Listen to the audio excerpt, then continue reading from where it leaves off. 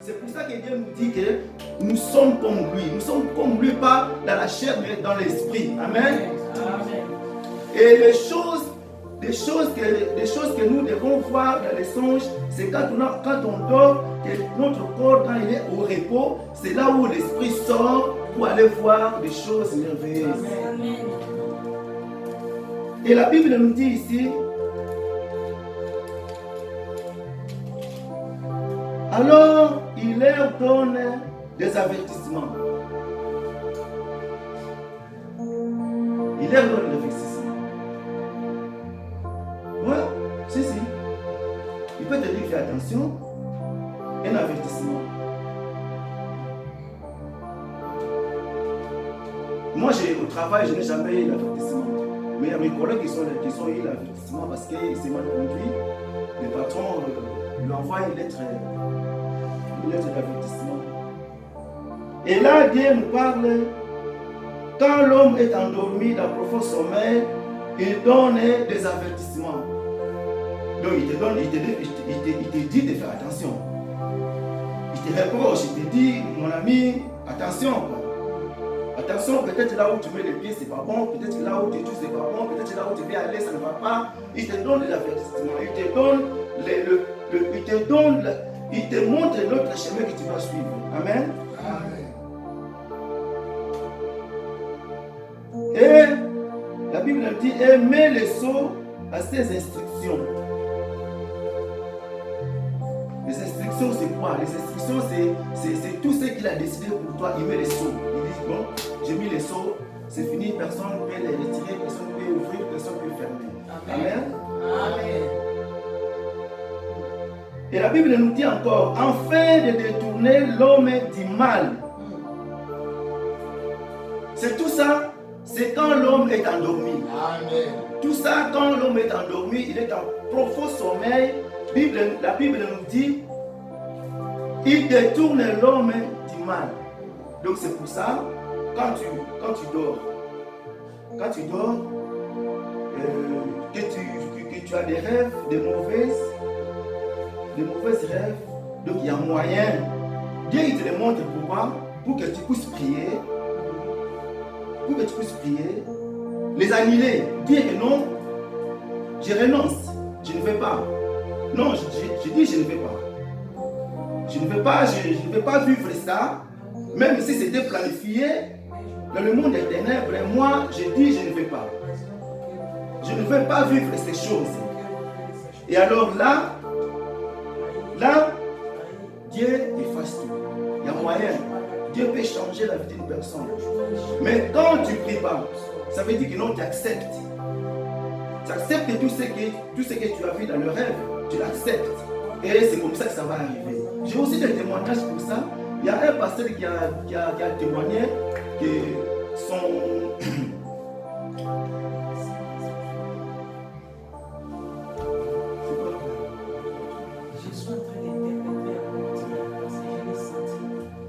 Et alors, il y avait une fille dans son église qui avait rêvé qu'il était malade de sida. Et alors, cette femme, elle n'a pas prié, mais elle sait que j'ai rêvé un rêve qui n'était pas bon. Une année après, elle est tombée malade. Et puis, le moment où on fait les guéridons et tout ça, il dit que non, c'est vrai, pasteur, il y a un an, j'avais rêvé que j'avais ça. Et alors, le pasteur a compris que non, c'était une maladie qui a été mise par les diables et ce n'était pas une maladie normale. Alors, il a prié, ils ont prié. Et la vraie prière enlève tout ça. Amen. Amen. La vraie prière guérit cette sorte de maladie. Donc, ça veut dire quoi? Ça veut dire que non, cette femme, le jour même, quand il s'est élevé, il a prié, il a commencé à prier, à annuler tous ces mauvais sorts, à prendre l'autorité sur ça. Et Dieu avait le pouvoir, avait la capacité d'annuler et d'enlever cette maladie en elle. Amen. Amen.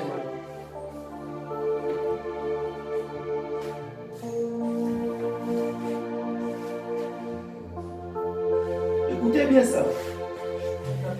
Je continue à lire. C'est le verset 17 toujours. Et de les préserver de l'orgueil. L'orgueil, c'est une mauvaise chose. L'orgueil dans la vie d'une personne, c'est très très très mauvais. Si Jésus-Christ était orgueilleux, on n'allait pas vivre la sanctification. On n'allait pas... Dieu allait encore chercher un autre moyen pour sauver son peuple. Amen. Parce qu'il n'était pas orgueilleux. Quand Dieu lui a dit, jette-toi, que Dieu va envoyer des anges pour te tenir, pour que tu ne tombes pas. Il a voulu que Jésus, parce qu'il savait bien que Jésus était capable de faire ça, mais il lui a fait ça pour lui faire sortir son orgueil. Il lui a dit encore, écoute, que cette pierre, tu peux le tourner en pain pour que tu puisses manger. Je sais que tu as faim. Amen. Mais qu'est-ce qu'il a dit? L'homme ne vivra pas seulement du pain. Il n'était pas orgueilleux. S'il était orgueilleux, il allait dire, donne-moi cette pierre-là. Il les transforme en pain. Et tout c'était fini. Amen. Amen. Et là, c'est pour dire que non, l'orgueil, ce n'est pas bon pour l'homme, pour un enfant de Dieu. C'est pourquoi ici, Dieu il dit, c'est Dieu qui parle ici. Dieu il dit, enfin,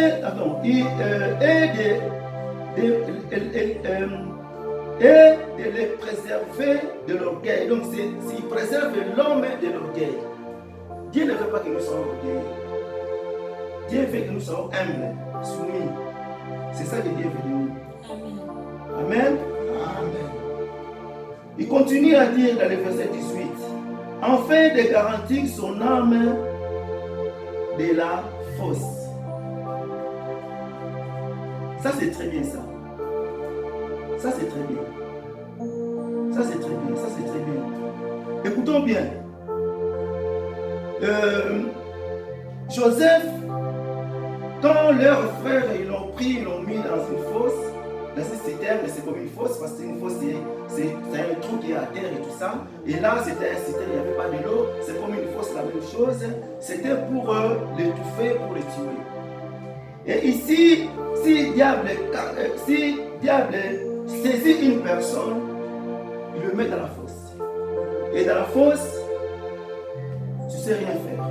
Tu es captif. C'est quelqu'un d'autre qui doit avoir l'autorité pour venir te sortir de là. Et ici, Dieu a dit, afin de garantir son âme de la fosse. Donc, il te garantit, c'est un garantie, c'est comme un garant. Quelqu'un qui porte garant sur toi. J'ai un accident, je ne m'inquiète pas, je sais que j'ai l'assurance. C'est l'assurance qui va intervenir. Un accident, pas une assurance ou pas. Si j'ai l'assurance, c'est ok. Si elle a l'assurance, c'est ok, il n'y a pas de problème. Si tu n'as pas d'assurance, qu'est-ce qu'on va faire? Ça devient un problème.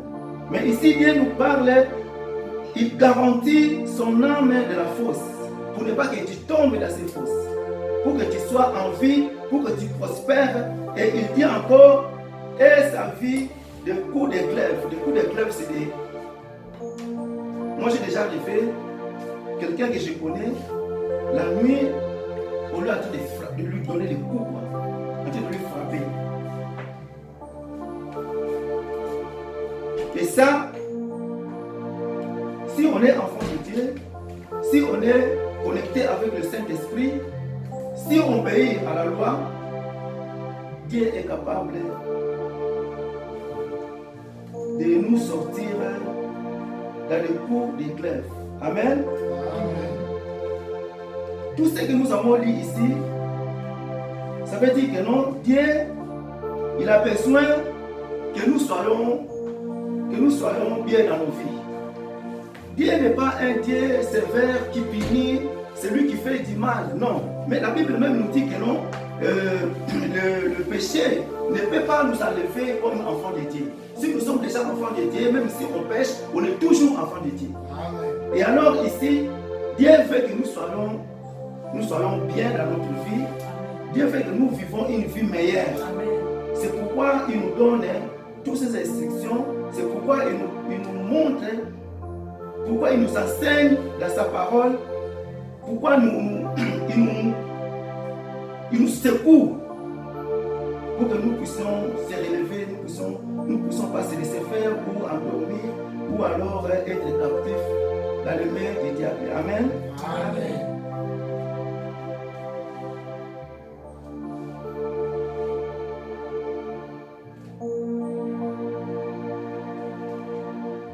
Pour terminer, je vais lire un verset, Jean, dans le chapitre 10, verset 27.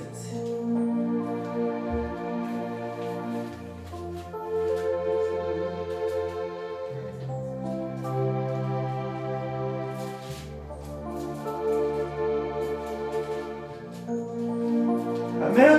Amen. Mes brebis entendent ma voix. Je les connais et elles me suivent. Je leur donne la vie éternelle et elles ne périront jamais et personne ne les ravira de ma main. Amen. Amen. Ça veut dire quoi? Ça veut dire que non. Ici, c'est lui-même Jésus qui parle. Il a dit, je connais mes brebis. Tous ceux qui sont enfants de Dieu, je les connais. Tous ceux qui sont enfants de Dieu, écoutent ma voix. Tous ceux qui sont enfants de Dieu, ceux qui ont cru à Jésus-Christ, ceux qui ont été baptisés au nom du Seigneur, dans l'eau, il a dit, je les connais. Et ils connaissent ma voix. Et ils me suivent. Amen. Amen.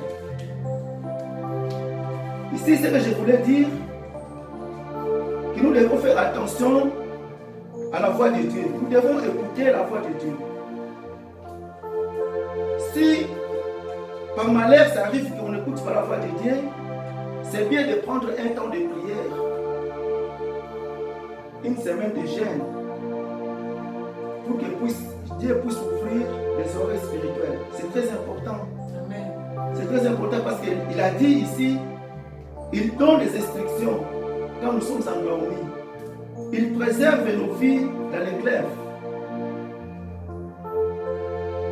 Tout ça, c'est quand on est fidèle et quand on est juste devant Dieu. Le diable aussi, il a besoin d'utiliser. C'est un esprit aussi. Il veut aussi utiliser nos corps.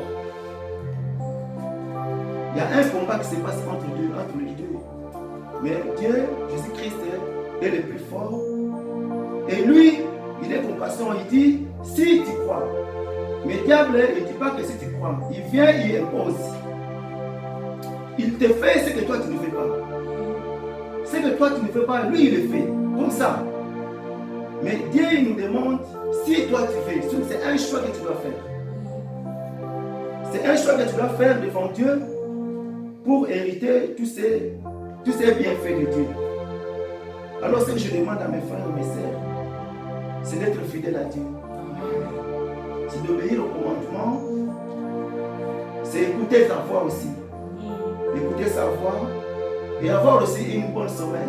Amen. Que Dieu bénisse sa parole.